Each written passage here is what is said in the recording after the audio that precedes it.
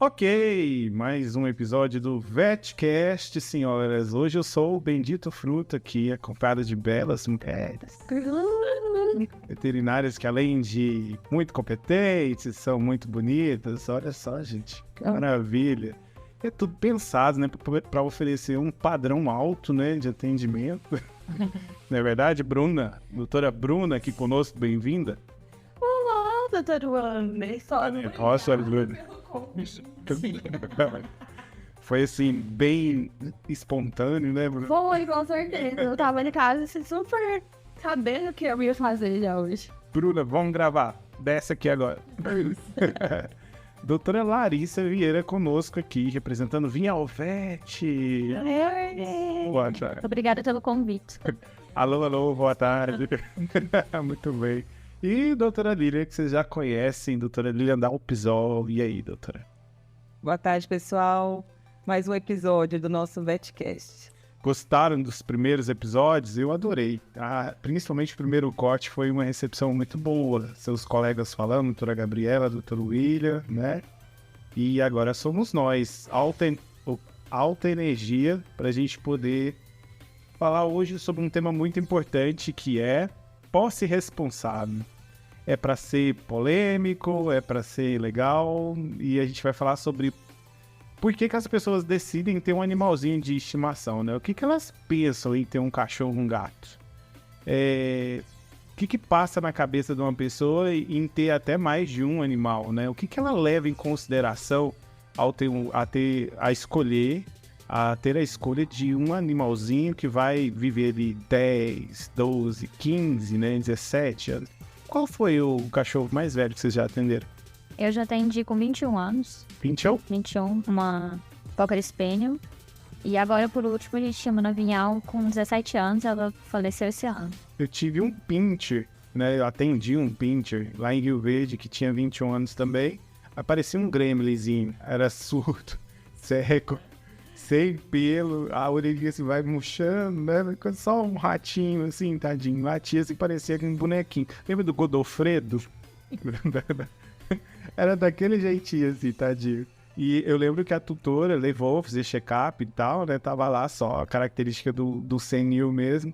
E aí depois de muito tempo ela chegou e falou assim, nossa, viveu ainda mais um ano, morreu dormindo. Geralmente os recordistas na idade é os poodle, né? Mas o meu foi um Shih Tzu, 16 anos. 16? Eu assim, não atendi, mas assim, o meu máximo foi 18 anos também. Mas nós recebemos para vacinar aqui na clínica, na Center Dog, um Lhasa Apso de 22 anos. 22, parece que eu não lembro desse dia, mas eu tinha que ter tirado foto, colocado...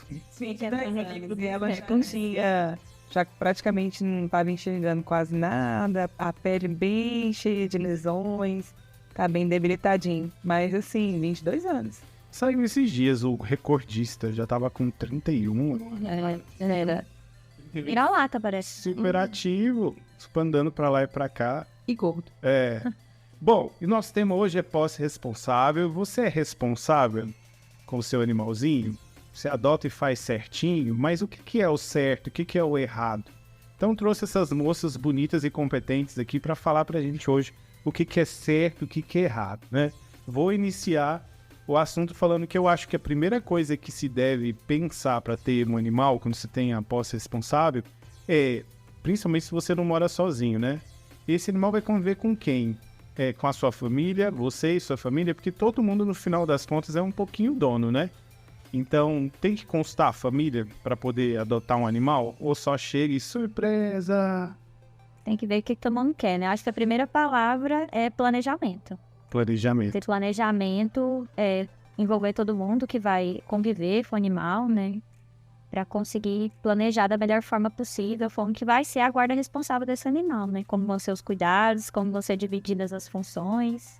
Porque às vezes tem uma questão, né, que acontece muito, que é dar animal de presente, né, principalmente para criança. E aí, o que acontece com o planejamento nisso? Às vezes falha, né? Ou não? Com certeza. Com certeza. Eu acredito que para a gente introduzir um novo membro aí na família, é necessário ter a aprovação, né, de toda a família, porque vai ser um membro que vai durar ali no mínimo 14 anos, né? São 14 anos de relacionamento, então tem que analisar assim o esposo, a esposa, as crianças, a fase que as crianças estão, porque tem muitos animais que às vezes as crianças não sabem ainda os cuidados e apertam um pouquinho mais, acaba que o bichinho machuca. Então tem que ter uma noção boa se é o momento, né, adequado e ter conhecimento desse tempo que ele vai permanecer ali. Que coitado, já pensou? Tem gente que não gosta de animal, né? É um casal. Tá lá, dos dois pode não gostar do animal. E aí o animalzinho chega numa família que já tem um inimigo. Que difícil que é isso, né? Já viram aqueles casais que vêm trazer para emergência, para atendimento, e a esposa quer fazer tudo e o esposo não quer fazer nada? É bem clássico. É Furious and Mas aí também já puxa pro lado que homem é menos sentimental em relação ao animal. Não. Tem muito homem que chega ao contrário aqui, que o homem tá chorando, derretendo. Não, toda regra tem exceção, mas o normal, geralmente, homem não é mais tão apegado quanto a mulher em bichinho de estimação. Acho que depende de quem adota, de quem que é o principal. Acho que sempre vai ter uma pessoa que vai exercer o papel principal na guarda do animal. De quem foi a ideia. De quem foi a ideia de adotar, de comprar, seja como for. Mas essa pessoa é geralmente a que se apega mais e se responsabiliza na hora que as coisas acontecem, né? Na hora que o animal adoece. Às vezes, tanto dos cuidados quanto financeiramente também. Então, a dica seria a família ou o casal, né? Quando envolver mais de uma pessoa, tomar essa decisão em comum acordo, né?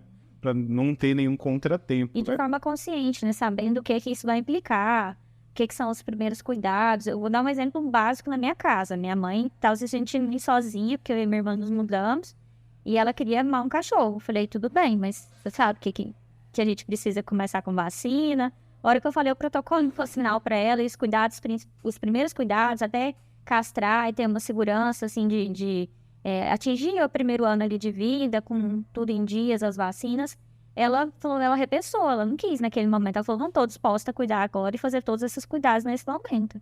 Então, eu acho que precisa de ser uma coisa conversada e de forma consciente. Então, no planejamento, que vai julgar muito é se você está fazendo isso por emoção ou por razão, né? E que acontece muito com criança, né? Tipo, você citou o exemplo do presente, na emoção total, ali a criança adora, e filhotinho, a gente sabe que os filhotes são muito agitados, hiperativos, gostam de brincar muito, tem muita energia para gastar, aí começa a destruição dos móveis, começa a destruição da casa, as pessoas começam a perder a paciência, então a gente tem que ter preparado, as pessoas que vão adotar têm que estar preparadas para todas as fases do animal, né? A infância, a idade média e depois o envelhecimento do animal, né? Isso é bem característico, então, de saber o perfil, né? Tanto o seu perfil, como a pessoa que vai adotar, o perfil da sua família, como o perfil do cachorro. Tem cachorro e cachorro, né? Adotar um poodlezinho é uma coisa, adotar um labrador. Quem nunca atendeu um labrador que bota fogo e tudo? Só terror. E mais uma vez a importância do veterinário, né? Porque nós estamos aqui para poder orientar, né? Então, se a família está aí desejosa para receber uma raça, um cachorrinho, um gatinho, então é mais um assunto que a gente pode sim aconselhar, indicar, né? As melhores opções aí, o que escolher para cada fase, né? Se bem que não é garantia. Cada indivíduo é diferente, né? Não é garantia que vai, né? Ser às vezes mansinho, tão quietinho, mas já é um bom começo.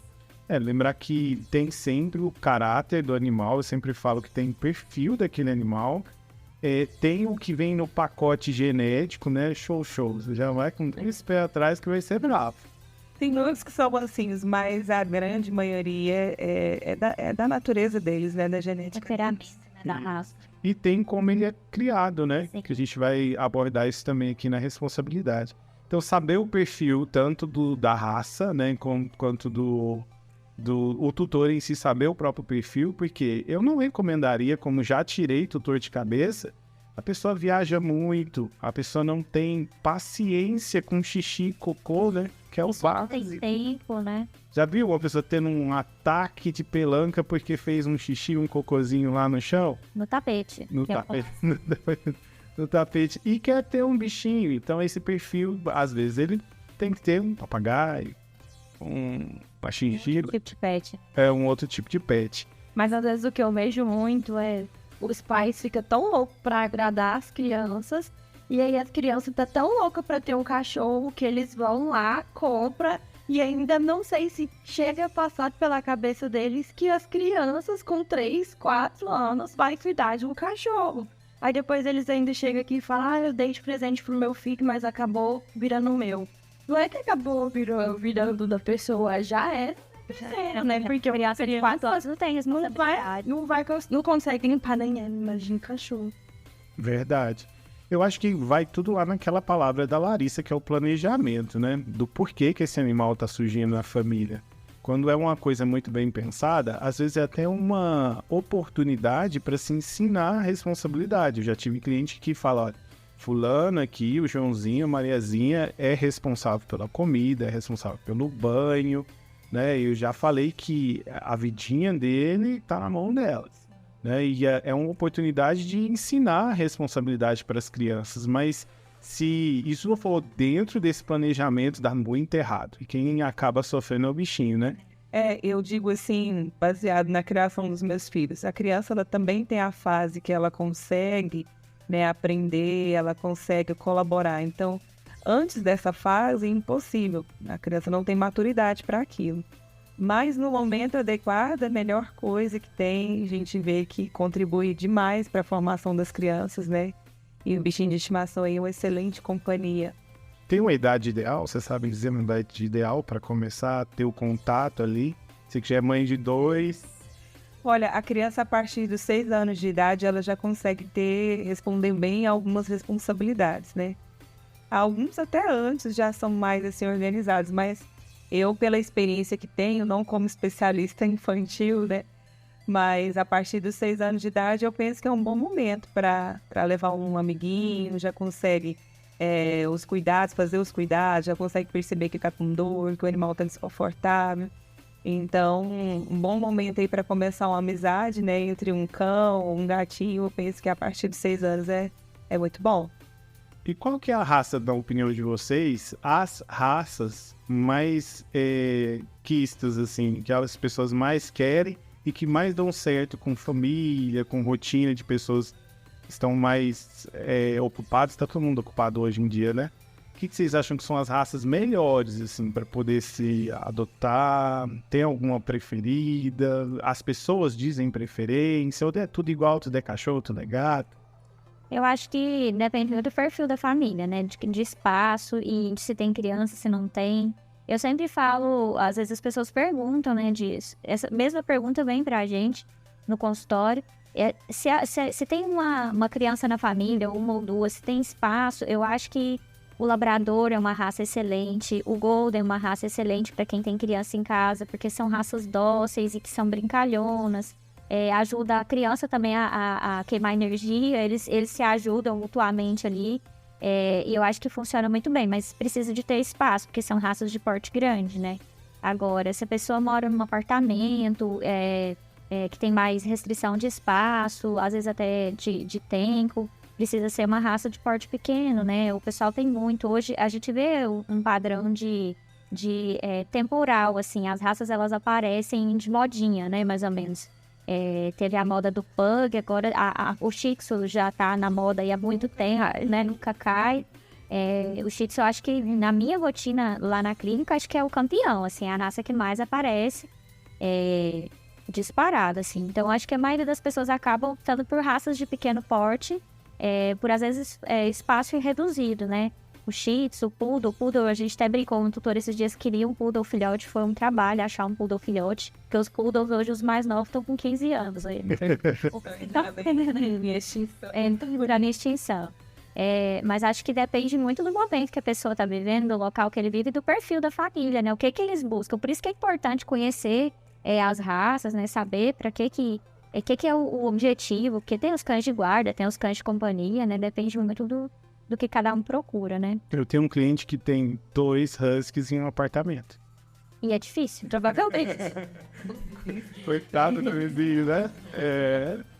Complicado. Show em apartamentos também tem quem tenha, né? Eu acho que a gente tem que ser muito consciente na hora de escolher, né? Tomar essas decisões. Então, vamos resumir um planejamento aqui. A gente tem, então, que saber o perfil da raça que a gente quer adotar. Tem que saber o nosso perfil como tutor, né? Por exemplo, não falamos, mas é bom falar agora. O perfil do tutor de gato é diferente do de cachorro. E pode ser que você ganhe um cachorro e você é um gateiro. E aí, não que você vai odiar o animal, mas às vezes você não vai ter uma conexão. Afinidade, né? Tem o que ama tudo, né? Que é o bypass. É tipo a gente, não entendeu? Se deixar, né? Adota também, né? Esse jabuti, quero. Vem também, né? Casa, todo mundo é amigo de todo mundo, né? Uma amiga da faculdade, a casa dela é um zoológico. Ela tinha de serpente, jabuti, pássaro, ela tinha tudo. E entendia um pouquinho de tudo, né? Que não, acaba que essa é a que mais exerce o poder de adoção dela, né?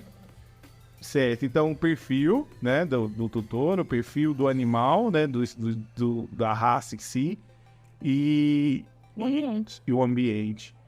Cuidados básicos, eu já acho o seguinte, que independente, né, de tudo isso de perfil, existem um checklist ali de cuidados básicos em qualquer animal. Vamos tentar listar, então? Acho que as 5 profilaxias são interessantes de ser faladas, né, como posse responsável. Eu sempre digo para o cliente que quando me pergunta, ele adoeceu, o que eu faço? Eu falo assim, você já se preparou com as 5 profilaxias, né? Então, livre de carrapato, livre de vacinadinho, bonitinho, vermifugado, bonitinho, uma boa nutrição e banho. Acho que isso é uma necessidade básica, né? Eu esqueci alguma coisa? Não, acho que é isso. Não. E eu penso assim que fator que a gente pode já introduzir ele aqui é o orçamento, porque os cuidados básicos aí, vamos colocar aí da higiene, limpeza, né? Ele também influencia muito, né? Manter às vezes um husky bem limpinho, escovado, manter um shih tzu, né? Que é a raça aí que a gente diz que mais tem, o orçamento disso, essas vacinas. Vacina tem que ser vacina de boa qualidade. Assim. A vacina a gente gosta, né? Sempre prioriza vacinas importadas, vacinas que já estão aí conceituadas no mercado. Vermífugo, né, de qualidade. Não adianta às vezes entrar com um vermífugo inferior, coisas assim. Então, tem toda uma questão de orçamento aí que implica muito na hora de escolha também desse pet, né? As profilaxias, como vai fazer tudo isso. A responsabilidade financeira, então, está intimamente ligado também com o básico, né, do animal. Certeza. Acho que na hora de escolher uma raça, a gente tem que levar em consideração também as predisposições que ela tenha certo tipo de doença. Tem raças, assim, que a gente vê muitos problemas. Por exemplo, o próprio Shih Tzu tem muito problema oftálmico, muito problema de pele. As pessoas têm que levar isso em consideração e estar preparadas financeiramente também para, se isso acontecer, ter como dar o suporte adequado, né, pro paciente, né? Isso, eu costumo dizer para as pessoas, quase impossível você ter um Shih Tzu, quase impossível. Ele não ter problema de pele, problema oftálmico, né?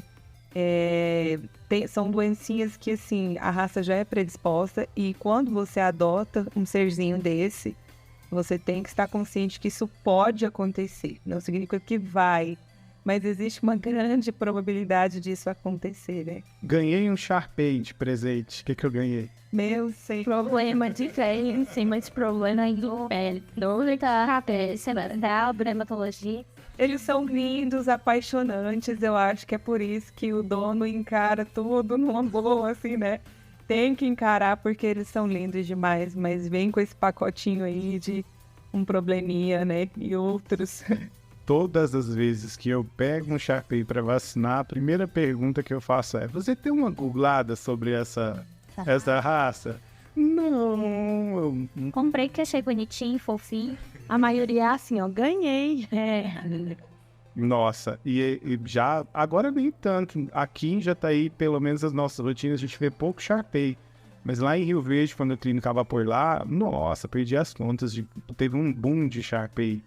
E era a cirurgia corretiva, era o excesso de pele dos olhinhos, a maioria acaba tendo muita úlcera por conta dos entrópios, né?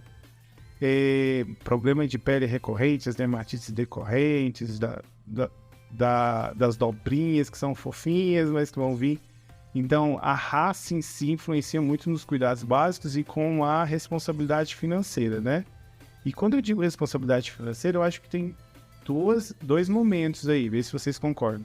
Tanto na parte básica, que é mais pesadinho um pouquinho quando é filhote, e depois vai ficando mais light, né, mais tranquilo. Não vamos desanimar o pessoal, né? Tem que cuidar direitinho, dá para esforçar e fazer bem feitinho. E quando vem as intercorrências, né? Porque é tão difícil a gente, como veterinário, às vezes numa emergência de madrugada, né? E saber que precisa fazer uma transfusão, uma cirurgia. E você vê que o tutor nunca considerou a possibilidade de gastar com aquele animal para solucionar um problema grave. Você vê que ele assusta que ele vai ter que investir dinheiro. Eu sempre uso um jargão que é o seguinte, olha, o que você está disposto a fazer pelo seu animal? Então, amar lindamente, né? Todo mundo ama, mas você está disposto a fazer por ele até onde? Até onde você vai deixar o ir? Já tiveram dificuldades com isso também na rotina? A hora que toca no bolso sempre dá uma dificultada. Mas assim, tem vários espectros, né, de atendimento que fazem gastar. Eu fico mais chateado quando eu vejo que não é uma situação tão absurda.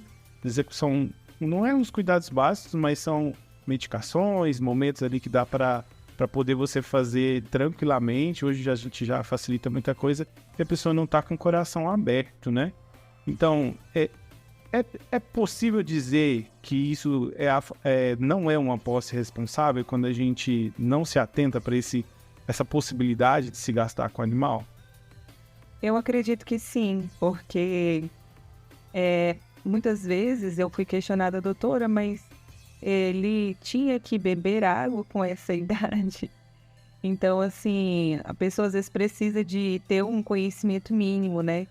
De que aquele serzinho vai ter problemas de saúde. Uma pergunta recente, doutora, mas tem gastrite? Ele pode ter problema cardíaco. Então, assim, o dono ele tem que partir de um princípio de que é um ser vivo e que aquele ser vivo vai ficar doente, que um dia ele vai falecer. Então, são 3 coisas aí que ele precisa estar consciente, né? E se ele não tiver consciente disso, com certeza ele pode ferir sim, né?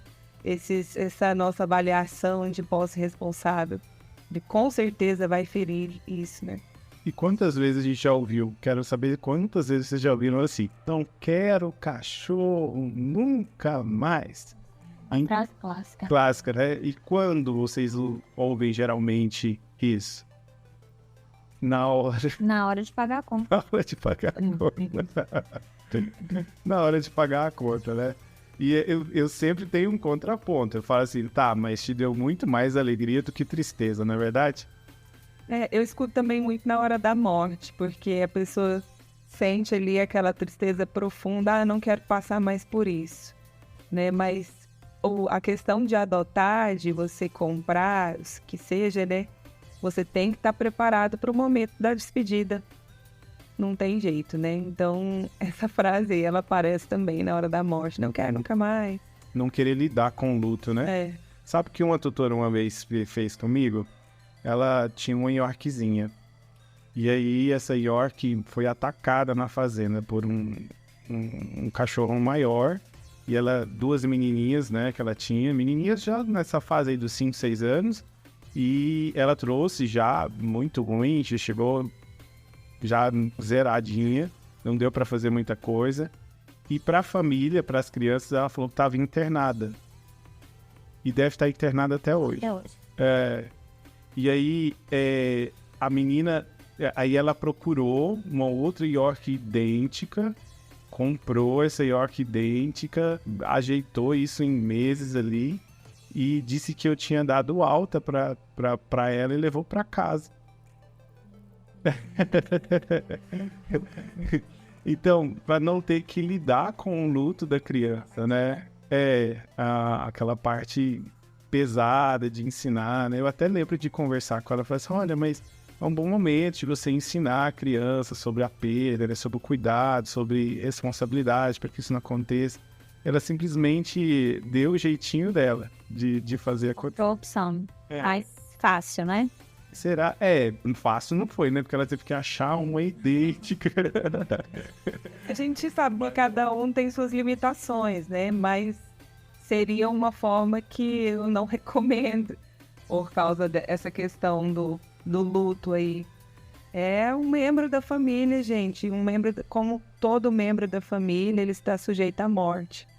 Então, se ele se enquadra como um membro da família, também vai passar pelos mesmos processos. Até mesmo dentro do planejamento que a gente está abordando aqui, tem que ser discutido sobre a fragilidade da espécie, né?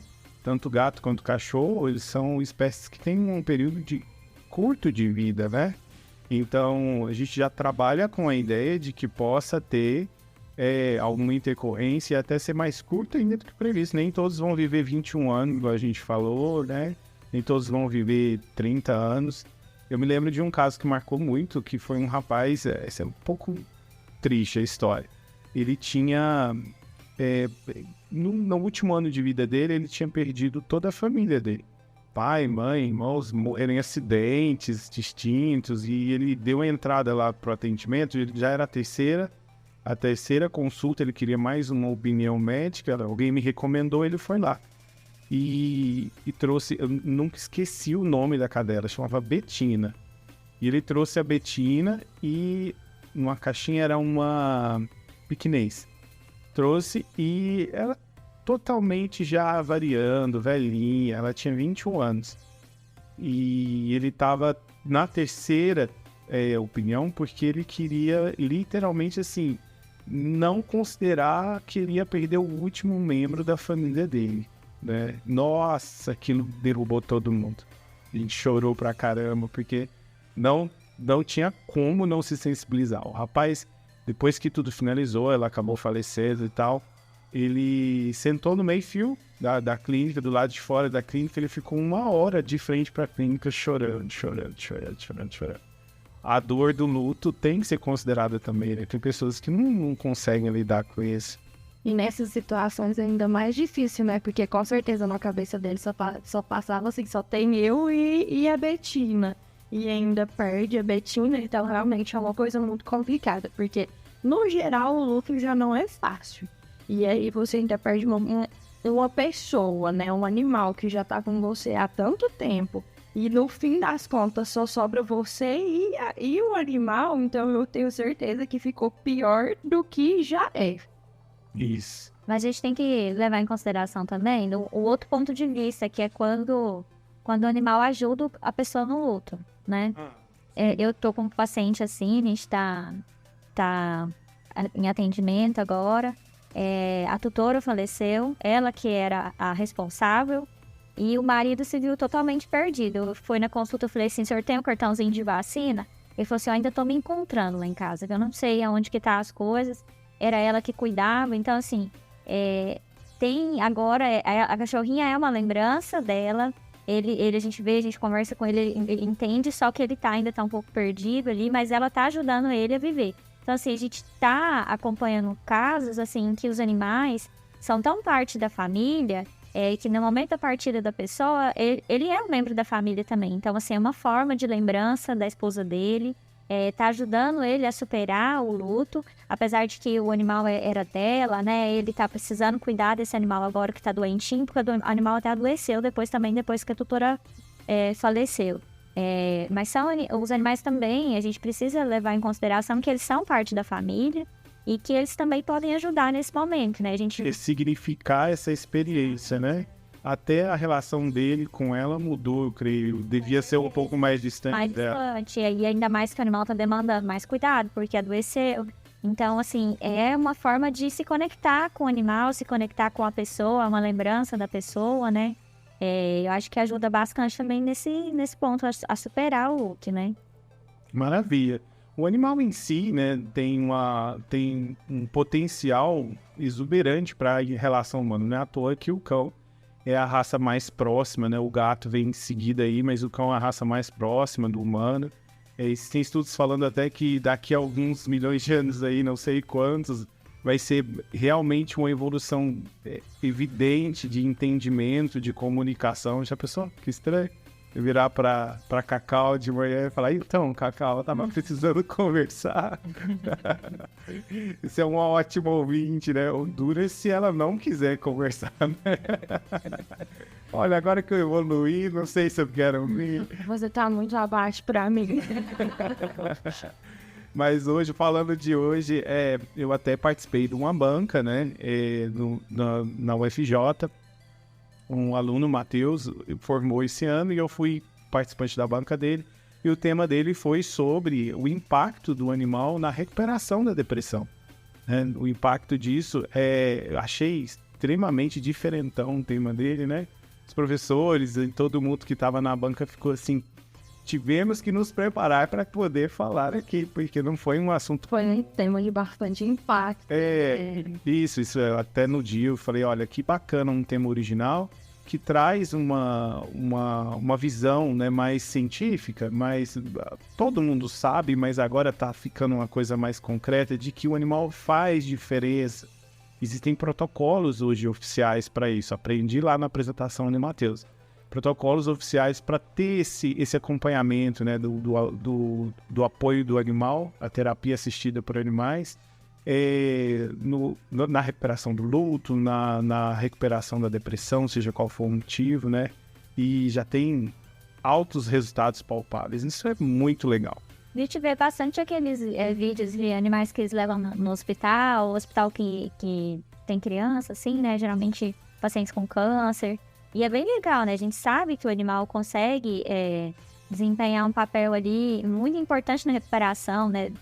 Dá uma alegrada no ambiente, né? Traz, às vezes, uma perspectiva melhor, uma coisa mais positiva, né? Então, é bem interessante. Eu acho que a mesma situação acontece em situações de luto, né? Uhum.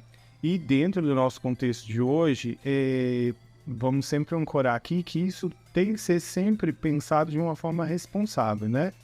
Porque acho que o grande problema, o que nos leva a falar sobre posse responsável, é quando a gente não tem essa responsabilidade, que implica em sofrimento, né? Já atenderam animais em condição de sofrimento, de maus tratos? Sim.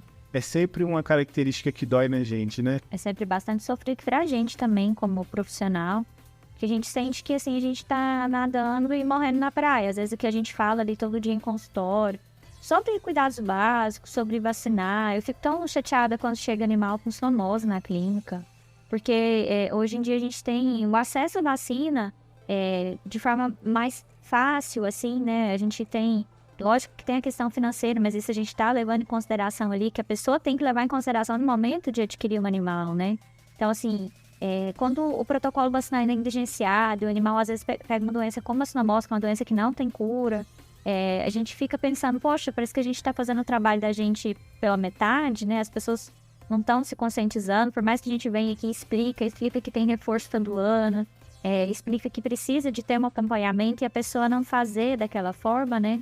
Ela está tirando um direito que é o direito da liberdade sanitária do animal, né? Que entra lá naquelas 5 liberdades que a gente sempre fala quando fala em bem-estar animal, né? As pessoas desconhecem muito as 5 liberdades, né? Existe, gente, na nossa profissão, nós aprendemos na faculdade, né? As 5 liberdades que são contempladas legalmente.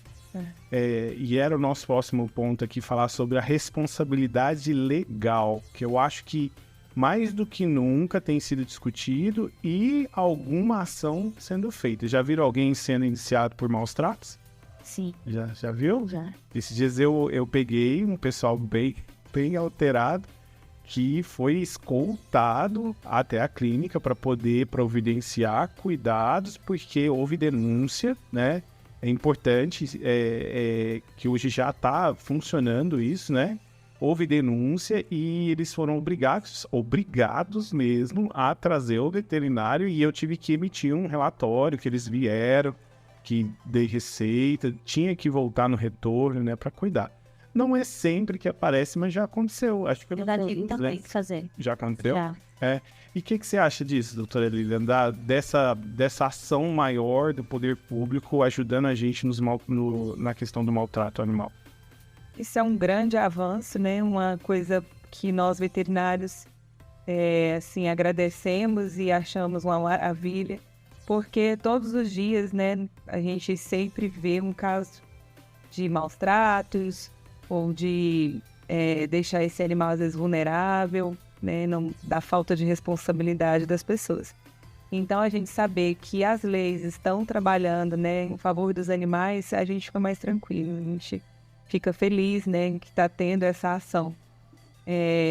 Como a gente já está na clínica há muitos anos, né, então a gente vê demais.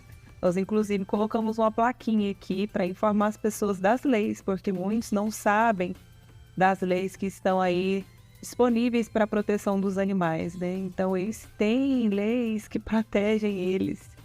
E nós aqui na Center Dog e na Vialvet, nós colocamos, os clientes têm acesso. E é muito bom, né? É um começo. Aqui em Jataí, a Secretaria do Meio Ambiente tem se envolvido bastante com esse assunto de maus tratos animais, né? Ainda tá ativo isso. Eu acho que a Guarda Civil Municipal também ajuda e a Polícia Civil, né? Mas eles trabalham em conjunto, geralmente, quando tem as denúncias, né? Nossa, gente, 14 anos atrás, eu lembro que eu era bem revolucionário com esse assunto, e eu falava assim, você não vai cuidar do seu animal, isso é maus tratos, eu vou te denunciar, né? E já cheguei a ser enfrentado, ceder agressão física por conta disso, levei um tapão, uma vez por conta disso. E não tinha respaldo nenhum. Há 14 anos atrás, provavelmente você era uma piada. Só não levava a sério, né? Mas a gente tem, assim, acho que a lei de maus tratos teve aí um reforço, acho que foi no final começo da pandemia, 2020, alguma coisa assim, né? Que tornou mais dura, né? Na verdade, a lei ficou mais dura. Sobre a reclusão, né? A lei agora, assim, para maus tratos tem multa. A multa vai até 40 salários mínimos. E o tempo de reclusão pode ser de 2 a 5 anos. Então, até 40 salários mínimos por animal. Por animal. Por animal. Então, tem questão, assim, de... a gente vê, às vezes, canis que pegam animais para reprodução. Aquela coisa que a gente vê bem. Luísa Mel, assim, aí, por aí. É por animal. Então, assim, as leis estão mais duras. Às vezes as pessoas têm a sensação de que... uma falsa sensação de que isso que nunca vai acontecer nada comigo, né? E não é bem assim, né? A gente tá vendo, a gente já pegou lá no Hall, já aconteceu exatamente isso de escoltar, a polícia vinha, você atropelou, você vai sim se responsabilizar pelo atropelamento, pelos custos, despesas médicas desse animal que você atropelou. Então, a gente sabe que as leis estão ficando mais rígidas, acho que ainda tem muita coisa para melhorar, mas a gente se sente mais seguro em conversar sobre isso, em falar sobre isso com o tutor, e as pessoas precisam começar a entender que maus tratos não é só bater no animal, existem muitas coisas que estão envolvidas ali, entra aquela questão de novo ali das 5 liberdades, né? Então, não é só, maus tratos não é só bater no animal, espancar o animal, atropelar ele na rua, privar ele de água e comida, privar ele de um ambiente adequado, né? Privar ele de um ambiente saudável, do ponto de vista sanitário também. Tudo isso é maus tratos. Até ele se expressar como animal, né? Tá dentro das 5 liberdades. As liberdades comportamentais. Isso, eu sempre explico pro cliente, não é que você não pode colocar uma roupinha assim, você não pode... criar um contexto em que ele deixa de ser um animal, seja com alimentação, seja com as próprias roupinhas e fantasias, carrinho de bebê, toda aquela situação, e ele passa a ser uma pessoa na cabeça. Ele não tem como exercer a natureza dele, que é ser animal, ser um cachorro, ser um gato. Uma coisa muito comum, eu até tive experiência com a minha própria cachorrinha, foi a Cacau, ela dormia dentro de casa. E a gente tinha todo um medo, dela dormir lá fora. Não vai ser bom, tá frio. E assim, até um belo dia que a gente resolveu deixar ela ser cachorrinha. Nós decidimos comprar uma casinha para ela, a garagem fechadinha, arrumadinha, colocamos uma casinha bonitinha para ela, com um colchãozinho, fez ali o apartamentinho dela arrumadinho. E a Cacau dormiu do lado de fora a primeira noite. E a mãe dela do lado de dentro não dormiu. E foi muito bom pra ela. Né? Ela latia no portão, corria pra lá e pra cá. Aí no outro dia, meu esposo falou pra mim, nossa, tá vendo como foi bom pra ela? Eu falei, eu tava segurando ela aqui dentro, ela tava tão quietinha ali, às vezes queria fazer xixi, presa dentro de casa segurando. Então, foi uma coisa que a gente se alertou que fez bem pra ela. Então, às vezes, deixar o animal manifestar, né, o seu comportamento natural, né? Quando a gente, às vezes, restringe demais, a gente tá prejudicando. Então, é o ideal, deixar o, né? Equilíbrio também, né? Porque tem aquele tutor que... Não, então tá bom, abre o portão, manda pra rua. Deixa passear sozinho? Deixa passear sozinho. Segundo, o doutor falou, a doutora falou que era uma liberdade ele andar na rua, né? O equilíbrio, porque, pra mim, uma fala que eu sempre tenho pra explicar pro tutor é que o acesso à rua, o acesso a essas condições insalubres é como se você estivesse mandando pra linha de guerra ali, a faixa de Gaza. Tudo que é ruim vai vir ali. É o carrapato, é a doença viral, a doença venérea. E até hoje tem tutor que se assusta que existe doença venérea no cão e no gato. Sim, as sarnas, as zoonoses em geral, né? Tem que lembrar que a gente também está exposto, se você deixar o animalzinho para a rua, sem vigilância, sem nenhum tipo de monitoração, ele pode vir doente e trazer doença da rua para dentro de casa. Perigoso. Muito bem, gente. Esse é o nosso papo de hoje, né? Do VetCast. Vocês estão tensas ainda ou já deram uma relaxadinha? Tranquilo. A Bruna tá assim, meu Deus, será que já acabou? Acabou não, Bruna. Agora você vai falar. Eu tô aqui pensando, gente, será que eu tô com a boca assim dentro do microfone? Mas tá tudo bem. Tá perfeito, eu tô te ouvindo bem daqui. Então tá ótimo. Né? Muito bem, gente. Acho que a gente explorou bem o tema hoje. Vamos ter muitos cortes legais aí para poder conscientizar as pessoas sobre posse responsável, né? Você ser um tutor que cuida do seu animalzinho da forma correta. E lembrar que eu acho que a melhor frase para terminar é até que a morte os separe, né? Lembrar que a gente também está disponível para tirar dúvidas, né? Dúvidas sobre o protocolo vacinal. Tem tutor que chega lá e fala assim, e aí, o que eu faço? Eu adoro esse. Eu adoro também, porque a pessoa está disposta, está aberta a ouvir, e a gente ensina as coisas e desmistifica algumas coisas. Ah, só tem que vacinar, só vacinar o protocolo de filhote. Não, peraí, tem um reforço anual. E quando que eu devo castrar? Então, assim, essas informações a gente acaba tirando muito na primeira vacina, né? O que eu devo dar de comida, o que é o adequado, qual a ração adequada. Então, a gente tira muito essas dúvidas na primeira vacina. Se a pessoa já tiver o pacientinho com vacina também, quiser tirar essas dúvidas, precisar saber mais, às vezes vai adotar, sei lá, só tive cachorro, agora eu vou ter um gato, o que é diferente, o que eu preciso fazer? A gente está disponível, né, para tirar essas dúvidas, para conversar, para ajudar, né, a gente quer o melhor para a família e para os equazinhos. E 24 horas, isso é um diferencial, tanto aqui da Center Dog quanto da Vinhal Vet, né? 24 horas, tem o PSA, que é o Posto Saúde Animal também, que está surgindo aqui, já está aí agora nesse mês. E tem várias opções seguras para você fazer todo esse acompanhamento, tirar todas as suas dúvidas e tratar o seu animal com responsabilidade, como o princeso e a princesa que eles merecem. Certo? Considerações finais, doutora Lilian? Bom, como a Larissa disse, né, nós nos colocamos à disposição e até mesmo para ajudar na escolha. Quiser bater um papo, dá um pulinho aqui, ou na Center ou na Vinhal, que vai ter aí profissionais qualificados para esclarecer, para ajudar na escolha, né?